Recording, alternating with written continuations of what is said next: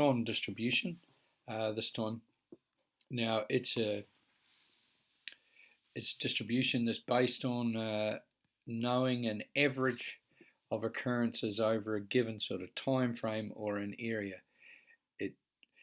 We're working on, in this case, an example of number of accidents. So it's often number of, much so it's together with binomial on the discrete side of things. So we'll use an example here at Knox Church intersection down from school, where there's an average of 3 accidents per month, completely fictitious. What is the probability of 20 in a year? Now, just like the binomial, which has 4 conditions, there's sort of 5 conditions that are in place as a rule for us to use a Poisson to model a situation. And so I'll work through these because these are quite important, and unfortunately they're not on the formula sheet, so they are things you got to get into memory. The mean occurrence that can be scaled, and that's just the 3 accidents, and it'll always be per something. So we could scale that up. If we were working on a year, we just go to 12 times 3 is 36. So it's scalable. Events are independent, so each accident is independent of another. Yeah, that's can't be simultaneous. You can't have 2 accidents at once. It's just one big one. Events are random, and again, this is questionable. And so I've got the how well does it fit column on my table, because when we're looking at the conditions, some will fit better than others. Events being random, that would imply that they're equally likely to happen any time. In practice with road accidents, that's not really true because there's a whole lot less traffic in the middle of the night.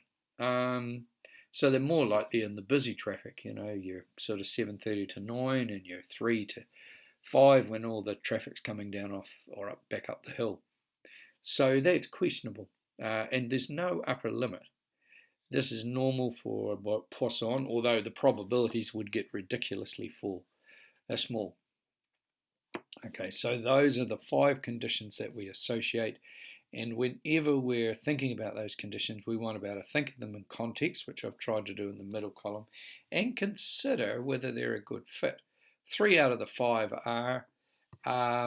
Independence is tricky. If accidents are a result of ice, say, then they might not be independent because the icy conditions. And happening randomly with a thing like traffic accidents, actually, time of the day is a big factor. So those 2 out of the 5 are questionable. Now, with Poisson comes with a formula, and the problem with the formula is it's sort of beyond the scope of the course. Mathematically, that's where the calculator comes in. We won't worry about the formula too much this lesson, but we will when we look at the inverse. So much like binomial, and there's a calculator clip to go with this, there's 2. There's PPD for Poisson when it's one particular value, and PCD, which is cumulative, starting from 0 up to the x value you put in. And so in that way, it's just the same. So if we were dealing with this, and the question was it the probability there's exactly 20 accidents in 1 year? The first thing we would do in practice is here, because there's 3 per month, and so that 36 hasn't been plucked out of the sky. That is 3 for every one of the 12 months. So we've scaled our mean up, and we're using a particular value because we're only looking at exactly 20, and the probability, if we put that through a calculator, is really small. And we've got that e to the -3, so remember that just means shift the decimal point 3 places, so it's 0.1%, or 1 chance in 1,000 of that happening. What is the probability of at most 25 accidents in a year? And again, if the mean is 36, the most likely probability to occur will be the probabilities right in around and including 36. So we're not expecting that 25 would even happen, really. So the probability of 0 accidents up to 25 accidents, if I use the cumulative, and here, if I just take a quick copy of that, here I've used P, but I haven't used that. I've used the CD. I've used X equals 25, but I've left the mean the same. And that'll give me the probability I need. Oh, I see I've got it there. So I've done that twice, which seems now a little redundant. Okay, and the probability of between 3 and 6 accidents in a month, we'll revert back. Firstly, we go onto our calculator and get the mean adjusted, so we're only looking at a mean of 3 now. 3 accidents is possible, and this is where the calculator, when we're dealing with a Casio, they don't answer these questions directly, because what we want is the probability of 3, of 4, 5, and of 6 accidents a month, and we want those added together. We don't have the ability to do that sort of as a one hit in the calculator. So we've got to find the probability of the 6 or less, which we can do, okay, like that on our calculator, and we get a value for that and we save it.